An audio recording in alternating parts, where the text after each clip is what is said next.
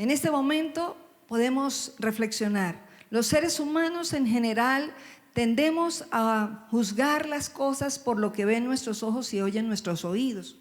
Normalmente se valora, por ejemplo, para ir a comprar una fruta se valora por el aspecto que tiene externamente, pero no podemos verla por dentro. Y generalmente las cosas, sea que se vayan a comprar, a elegir para algo, se eligen de acuerdo a lo que ven los ojos y oyen los oídos.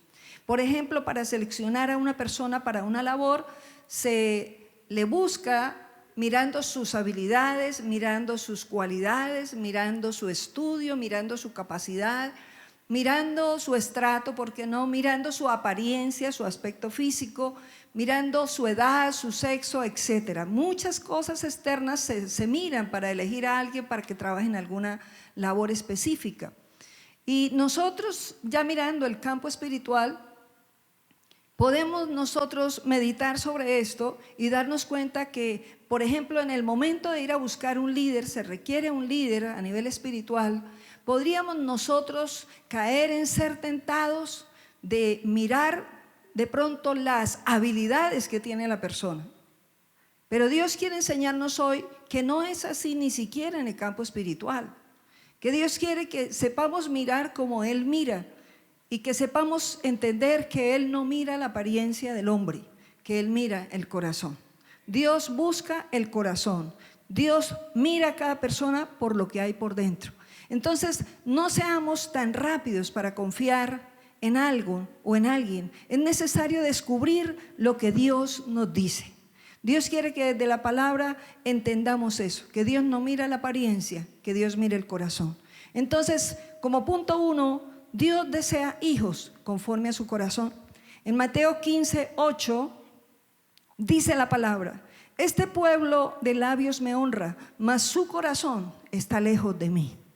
El Señor nos habla claro de que Él sabe exactamente la cercanía o la lejanía que una persona pueda tener de Él. Él sabe exactamente cómo eres tú y cómo soy yo. No podemos mentirle a Él porque Él lo ve todo y lo sabe todo perfectamente. Sabe cómo está cada corazón y de qué manera se le honra. Él dice: este pueblo de labios me honra. Dios no quiere ser honrado con la boca solamente. Él quiere que sea honrado con el corazón, con todo el ser, con toda la fuerza, dice la palabra, con todo el corazón, la mente, el cuerpo. Que no se honre a Dios solamente con las manos y el corazón no esté ahí, solo con la boca y el corazón no esté ahí. Dios quiere que tu corazón esté puesto en todo lo que haces. En Hechos 13:22 dice la palabra: quitado les levantó por rey a David, de quien dio también testimonio diciendo: he hallado a David, hijo de Isaí, varón conforme a mi corazón, quien hará todo lo que yo quiero. ¿De quién nos habla el Señor? De David. David fue ese hombre que Dios dejó como testimonio en la palabra y dijo: él llegó a tener un corazón como el mío. Y dice al final: y él hará lo que quiero, hará mi voluntad.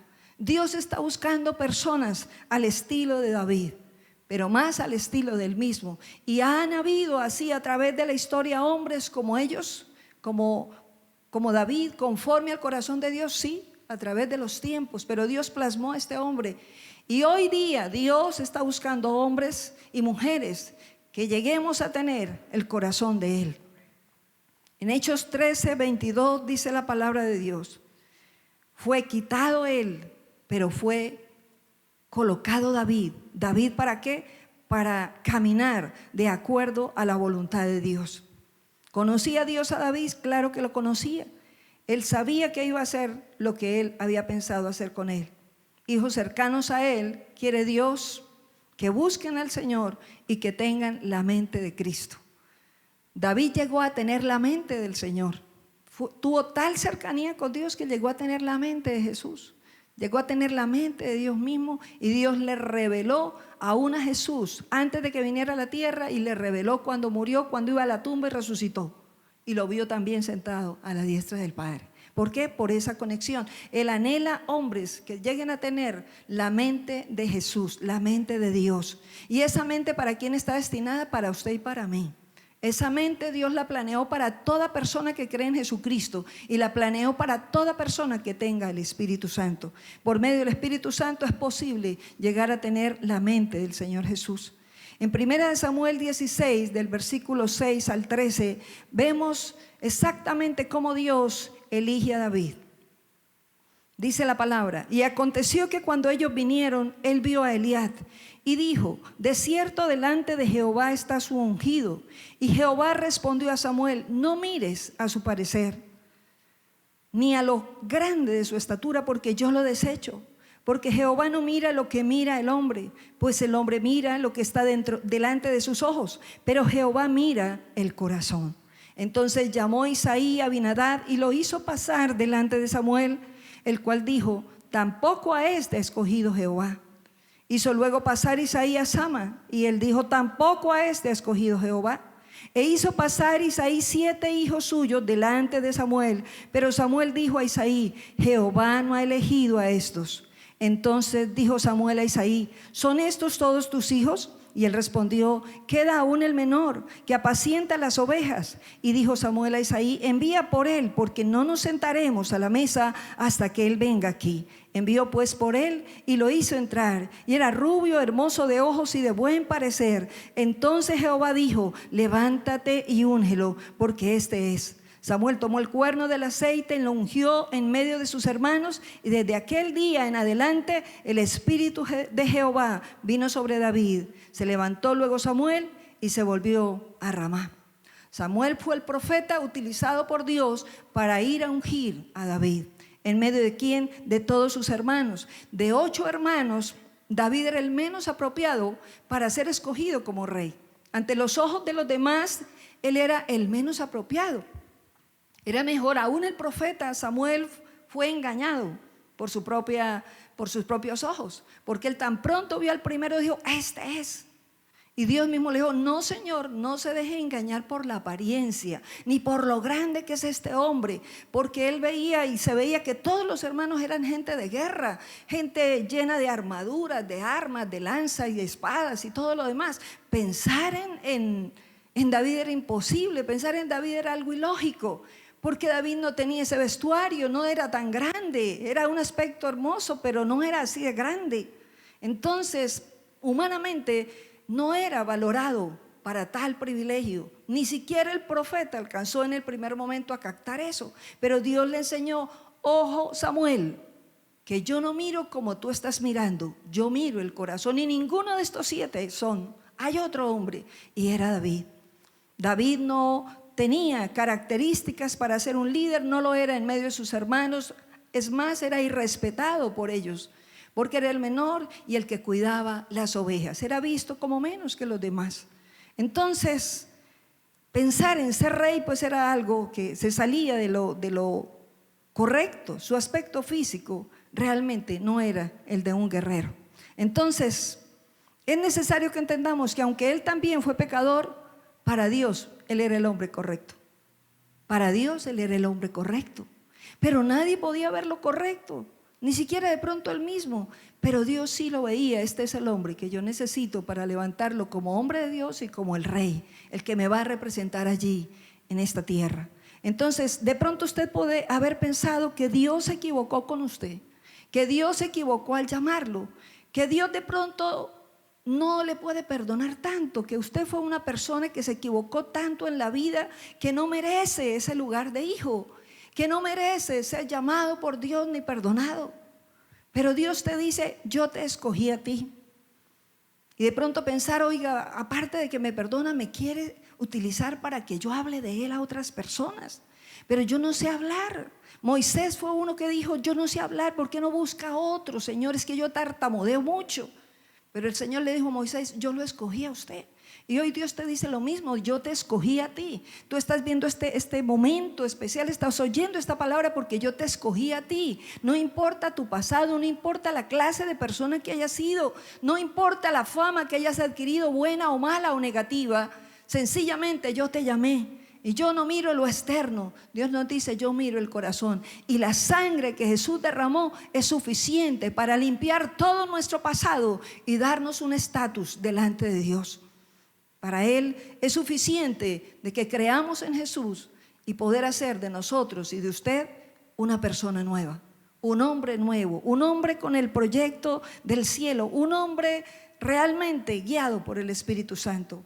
Para Dios, usted es la persona correcta. No diga yo ya estoy viejo o estoy vieja o soy muy joven. No diga no, a mí ya me pasaron los años o yo ya tengo una profesión, yo tengo otras cosas que hacer. No ponga excusas delante de Dios, porque cuando Dios llama, Dios llama. Dios ha puesto la mirada en ti.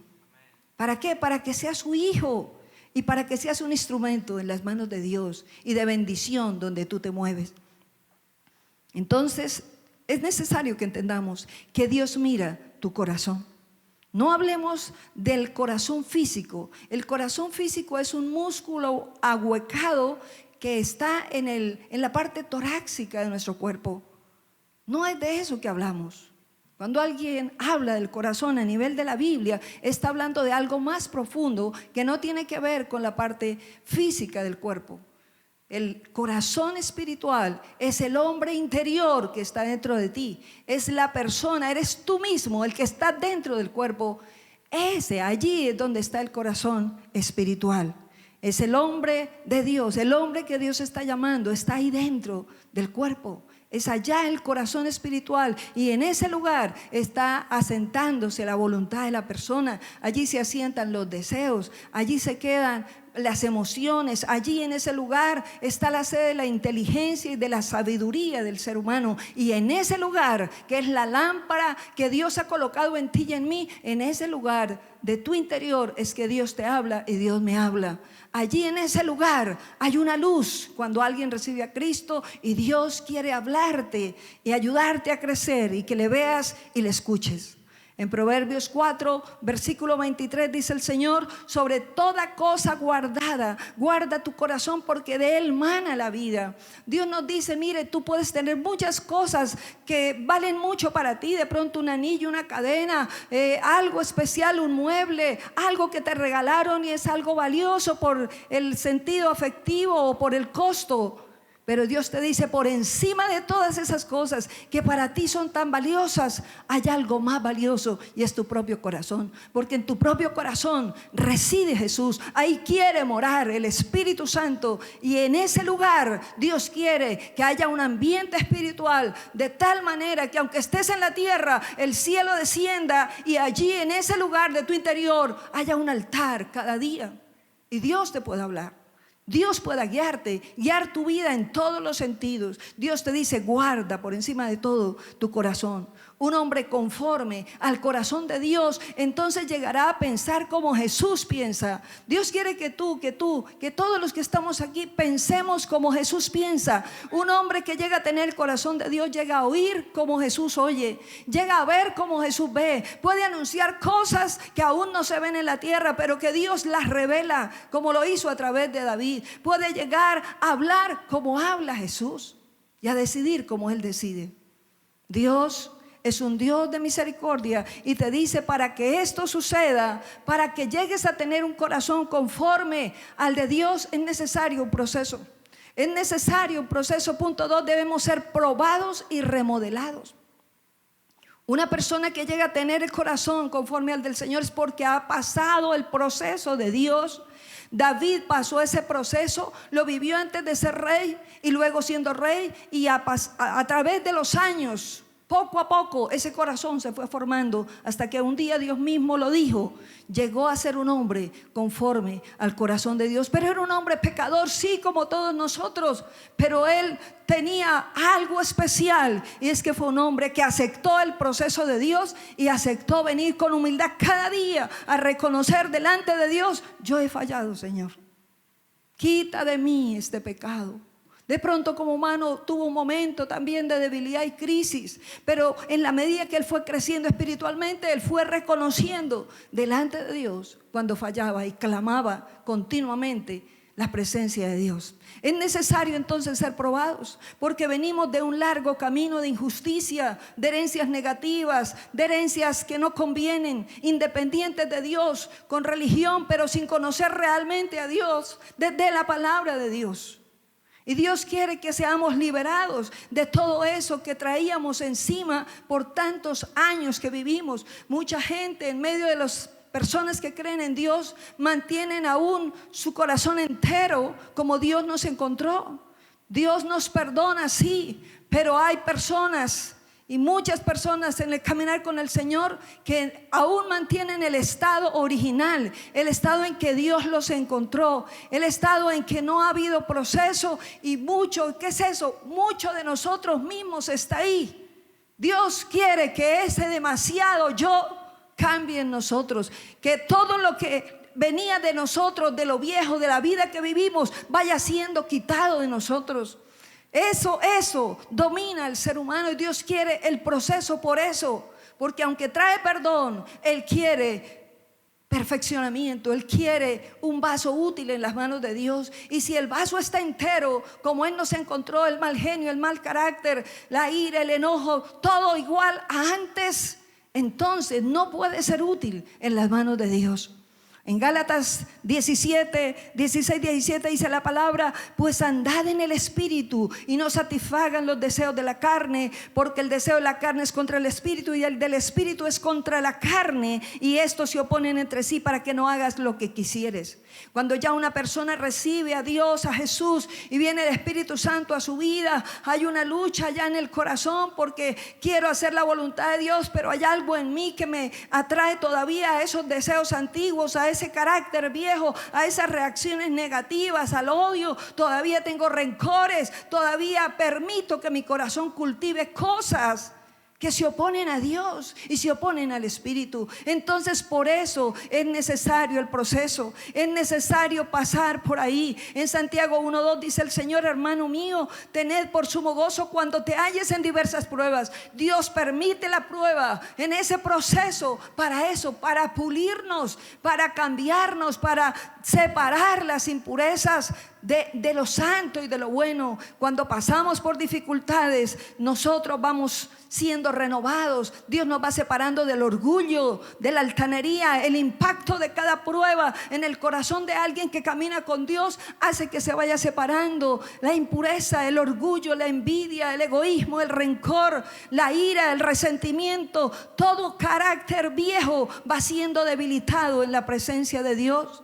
Y como dice el Salmo 51, versículo 10, David le decía al Señor, le decía: crea en mí, oh Dios, un corazón limpio. Dios nos llama hoy a decirle lo mismo: crea en mí un corazón limpio, que eso viejo, esa basura antigua que llenó mi corazón se vaya de mí. Y solamente el Espíritu de Dios puede ayudarnos. Cuando Dios permite la prueba, Él puede liberarnos de todo eso, arrancar de nosotros. Es una cirugía interna, es una circuncisión interna que a veces duele cuando reconocemos eso, cuando lo estamos pasando, pero Dios está ahí, su mano sanadora, perfeccionadora está sobre ti y está sobre mi vida. Entonces dice el Señor: no se sorprendan, más bien agárrense de mi mano y vayan a verdadera humildad. Cuando alguien camina en medio de la prueba de la mano de Dios, entonces empieza a entrar en la verdadera humildad, que es el venir al Señor como lo hacía David para todo. Contaba con Dios para todo, se rendía en todo, consultaba con Él en todo. El Hijo de Dios rendido consulta a Dios en todo, aún en las cosas pequeñas. Tiene conexión con el cielo y el Espíritu Santo está ahí tomando más y más dominio y desocupando lo viejo, y la luz empieza a tomar el lugar en el corazón de esa persona. 3, cuida tu corazón y cuida tu relación con Dios. Cuida esa relación con Dios. Una persona en dificultades, alejada de Dios, es un terreno que cada día es más dócil para que la amargura la someta y para que las tinieblas vengan a dominar a esa persona y a esa familia. Esa es la gran diferencia entre los que caminamos con el Señor y los que no. Porque todos pasamos por luchas y aflicciones, pero hay una diferencia para el que camina con Dios, y es que precisamente depende de Él y de su palabra. Por eso no permitamos que la obra de las tinieblas tome dominio cuando estemos pasando por pruebas.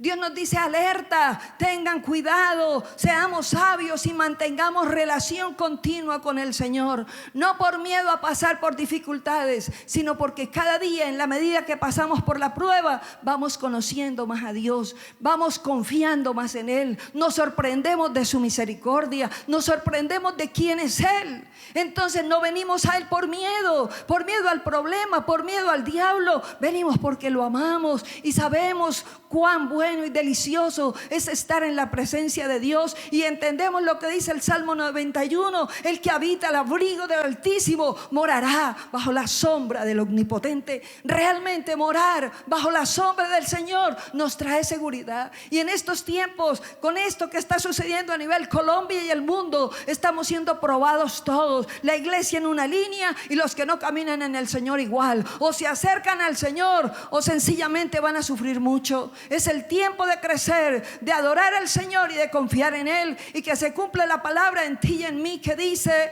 cuando pasen por los tiempos malos, ustedes no serán avergonzados. Cuando pasen por tiempos de hambre, ustedes serán saciados. Esa es la promesa de Dios. Que sus hijos, aunque estemos pasando por luchas, veamos la mano de Dios sosteniéndonos en todo tiempo, en este tiempo para el entendido hay crecimiento espiritual, en este tiempo para el entendido, para el que acata la voz de Dios, está sucediendo algo nuevo que lo está llevando a crecer en el espíritu.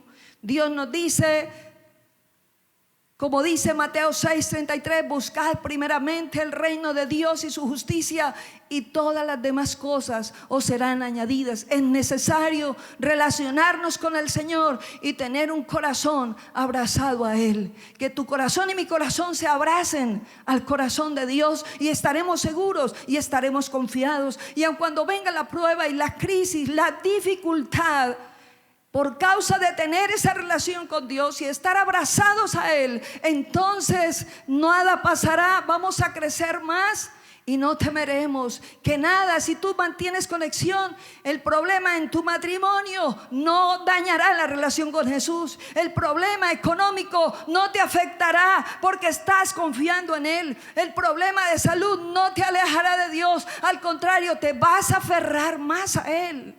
¿Por qué? Porque sabes con quién caminas y con quién estás seguro. La prueba nos ayuda a crecer. La prueba nos ayuda a conocer más a Dios y a confiar más en Él. Es necesario que aceptemos el proceso para ser perfeccionados y llegar a tener el corazón conforme al corazón de Dios. Es hermoso permitir que Dios mismo nos lleve a tener ese corazón. Por esa relación el Espíritu Santo seguirá en la medida que oigas la palabra, en la medida que admires al Señor y lo valores a Él mismo. El Espíritu Santo va tomando el dominio de tu corazón y va ayudándote a crecer y a perfeccionar ese corazón sensible cada vez más para Dios, y te va a ayudar a hacer la voluntad de Dios como la hizo Jesús. Jesús, aún recibiendo látigo, hacía la voluntad del Padre. Jesús, aún en la cruz, hacía la voluntad del Padre. Nos llevará a tal nivel que aunque estemos sufriendo, le sigamos adorando, le sigamos amando y le sigamos conociendo. Dios quiere que tú tengas un corazón como el de Él.